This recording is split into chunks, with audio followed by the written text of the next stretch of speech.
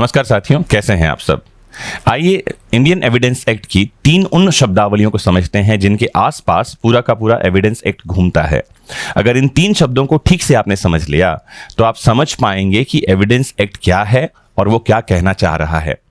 तो सबसे पहला जो वर्ड है वो है रेलेवेंट, यानी कि हिंदी की शब्दावली भी समझते चलिए। अगर आप ऐसे किसी स्टेट से हैं जो हिंदी भाषी है या ऐसे किसी एग्जाम की तैयारी कर रहे हैं जहां पर में हिंदी इंग्लिश ट्रांसलेशन आता है, तो इन शब्दों को ठीक से समझ लीजिए। इंग्लिश वालों आपके लिए बात कर रहा हूं और हिंदी वालों आप इंग्लिश के शब्द समझ लीजिए। तो एक शब्दावली है रेलेवेंट। रेलेवेंट के लिए हिंदी में शब्द है सुसंगत। एक शब्दावली है इर्रेलेवेंट। इर्रेलेवेंट के लिए हिंदी में शब्दावली है विसंगत। और एक शब्द है इनकंसिस्टेंट, जिसके लिए हिंदी में शब्दावली है असंगत। इंग्लिश वालों को बड़ी प्रॉब्लम नहीं है क्योंकि वर्ड्स ही अलग अलग हैं, रेलेवेंट, इररेलेवेंट और इनकंसिस्टेंट। हिंदी की शब्दावली सिमिलर मालूम पड़ती है, सुसंगत, असंगत, विसंगत। और बहुत सारे विद्वान लॉ के इस पर कंफ्यूज है। मतलब लॉ की किताबों में भी मैं देखता हूं, हिंदी वालों में कई बार देखता हूं तो इररेलेवेंट को असंगत लिख दिया जाता है। तो इससे हिंदी के विद्यार्थी बड़े परेशान रहते हैं कि ये क्या चीज है, इररिलेवेंट क्या है, असंगत क्या है, विसंगत क्या है, समझ में नहीं आती बातें। आज इस लेक्चर को ध्यान से समझिए, ये कंफ्यूजन जन्म जन्म के लिए दूर हो जाएगा। तो सबसे पहली बात, जब हम रिलेवेंट की बात करते हैं, रिलेवेंट का साधारण मतलब है जुड़ा हुआ। ध्यान से समझिए, रिलेवेंट का मतलब क्या है, आपस में जुड़ा हुआ। एक बात जब दूसरे से संबंधित है हम कहेंगे रिलेवेंट है। कोर्ट में जब आप बात करते हैं तो कोर्ट में सेक्शन 5 एविडेंस एक्ट ये कहता है कि रेलेवेंट फैक्ट्स के बारे में ही बात की जाएगी। तो ये रेलेवेंट फैक्ट्स किससे संबंधित हैं? तो सेक्शन 5 में ही लिखा है फैक्ट इन इशू से। अब ये फैक्ट इन इशू क्या है? वो तथ्य जो विवाद का विषय है। विवाद का विषय क्या होते हैं, आसान शब्दों में समझें। एक पार्टी ने कहा, दूसरी पार्टी ने डिनाई किया। आसान से शब्दावली है।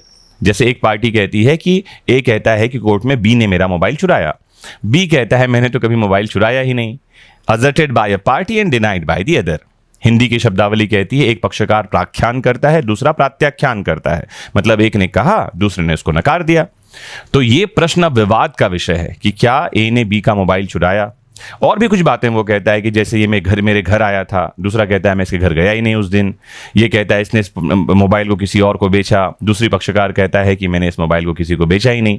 जिस भी बात में विवाद है, जो डिस्प्यूटेड मैटर है, इसे कहा जाता है फैक्ट इन इशू। इस फैक्ट इन इशू को कोर्ट में प्रूव करने के लिए रिलेवेंट फैक्ट कोर्ट में दिए जाते हैं। इसे कहा जाता है सुसंगत तथ्य। यह रिलेवेंसी क्या है? तो रिलेवेंसी 2 तरह की होती है, लॉजिकल रिलेवेंसी और लीगल रिलेवेंसी। इस पर कभी बहुत डिटेल में जाऊंगा, आज तो मैं आपको सिर्फ वो शब्दावली समझा रहा हूं।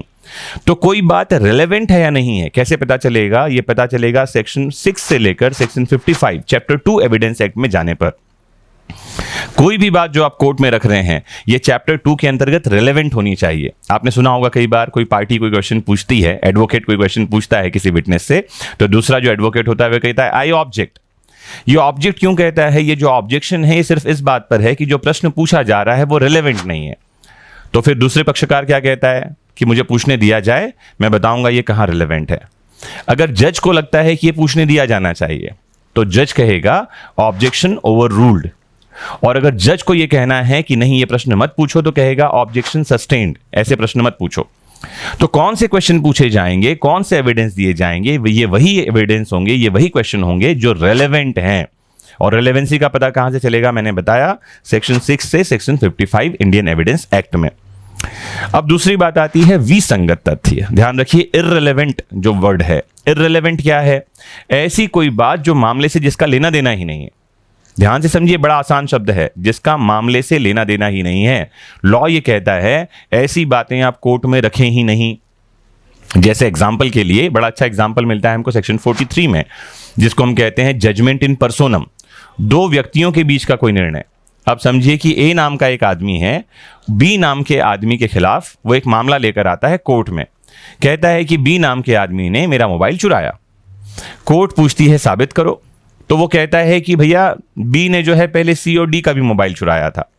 बी ने पहले सी का मोबाइल चुराया, बी ने पहले डी का मोबाइल चुराया। ये इस बात को साबित करने के लिए कहां तक इंपॉर्टेंट है कि उसने ए का भी मोबाइल चुराया। तो ये बात क्या है? ये इररिलेवेंट है, बेतुकी बातें हैं। ये बातें कोर्ट में अलाउड नहीं है।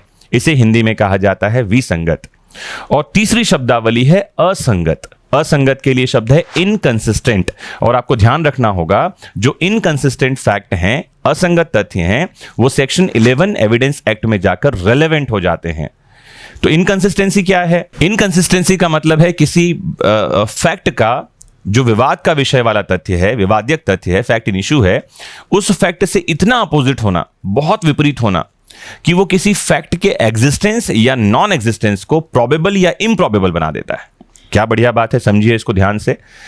अब 5 तरह की इनकंसिस्टेंसी बताई है जेम्स फिट्जस्टीफन साहब ने अपनी किताब में लॉ ऑफ एविडेंस। अगर आप देखें तो वो कहते हैं 5 तरह की इनकंसिस्टेंसी। उसमें एक है प्ली ऑफ एलिबाय, अन्यत्र होने का सिद्धांत। कि प्रश्न यह है कि क्या ए नाम के आदमी ने दिल्ली के मुखर्जी नगर में बी नाम के आदमी का हत्या किया, मर्डर किया 1 नवंबर 2020 को, और फैक्ट ये रखा जाता है कि 1 नवंबर 2020 को जो कोलकाता में था।